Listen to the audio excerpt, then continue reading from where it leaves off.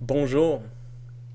Cette semaine, le lectionnaire nous offre des textes très intéressants parce que dimanche prochain, c'est le dimanche de la Trinité. C'est le dimanche qui suit la Pentecôte où on célèbre ce grand principe théologique de la Trinité. Et le lectionnaire, comment dire, essaye toujours de trouver, ceux qui ont créé le lectionnaire, on regroupe pour ce dimanche tout texte qui a d'une façon ou d'un autre un lien avec la Trinité. Par exemple, l'Évangile, c'est l'Évangile de Matthieu, c'est la fin, c'est le grand envoi de Jésus qui dit allez de par le monde, convertissez les gens et baptisez-les au nom du Père, du Fils, du Saint-Esprit. Bang, Trinité. Même chose avec l'épître de Paul où c'est la fin d'une lettre et que Dieu, le Seigneur et l'Esprit Saint soient avec vous. Bang, Trinité. Et ça fait un peu artificiel comme lectionnaire.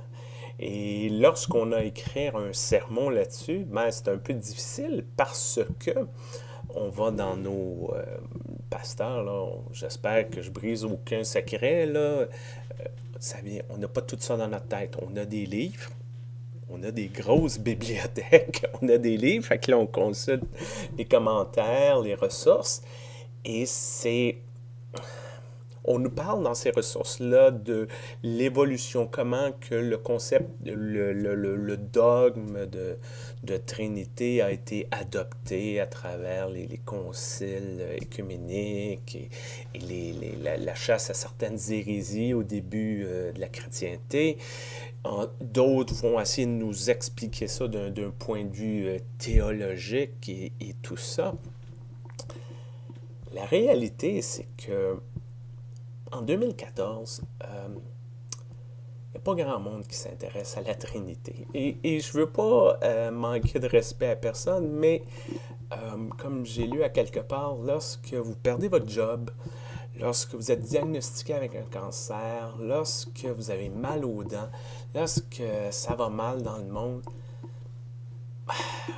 le principe, comment que la relation entre le Père, le Fils et l'Esprit, c'est pas vraiment dans le haut de la priorité d'un point de vue religieux. Les gens veulent savoir si, essentiellement, si Dieu les aime, puis que Dieu va être là, puis qu'il va les accompagner, puis qu'il va les réassurer. C'est pas pour diminuer ou diluer la théologie, mais à quelque part, je trouve que c'est un, pour prendre un langage de marketing, il y a un très mauvais packaging, une très mauvaise mise en marché de ce concept de Trinité-là. Et peut-être que ça vient d'un désir de vouloir surexpliquer, d'essayer de convaincre les gens, puis je vais vous donner la bonne définition, puis la bonne façon de croire.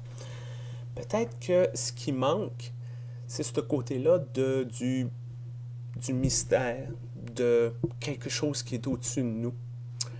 L'exemple que j'utilise souvent avec les adolescents, c'est mon micro-ondes. Je vais mettre une assiette dans mon micro-ondes.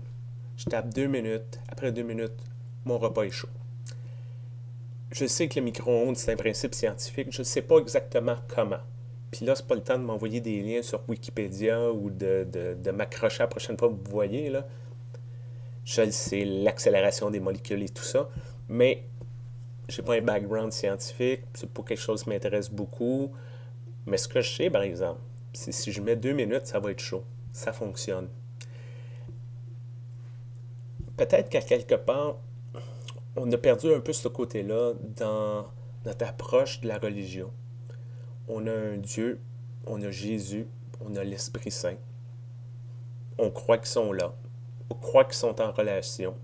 Comment est-ce que c'est vraiment important?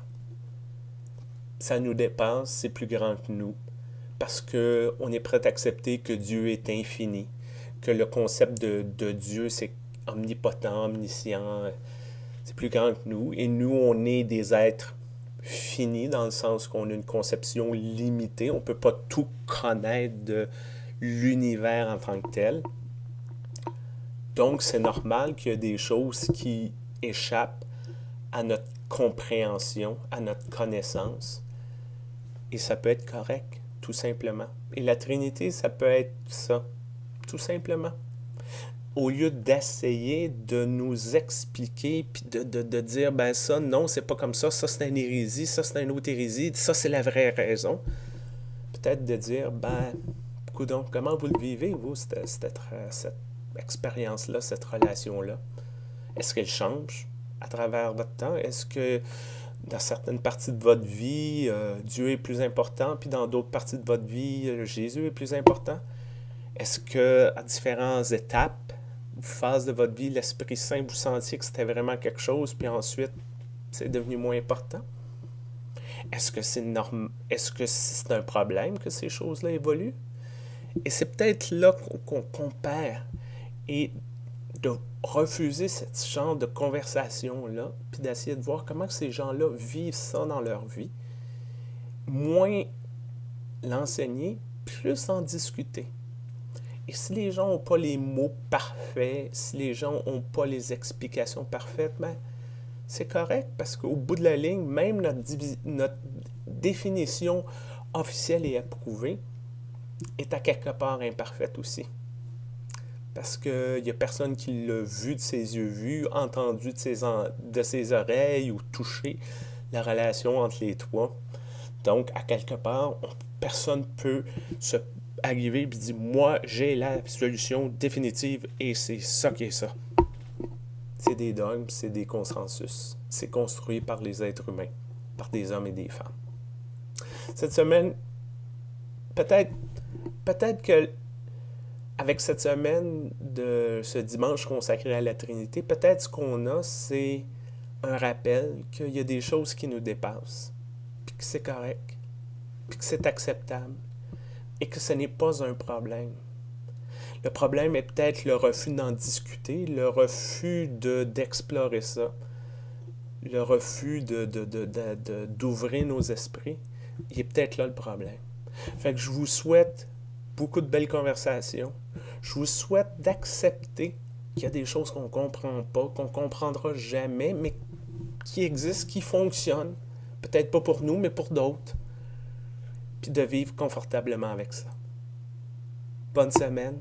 Portez-vous bien. On se parle très bientôt.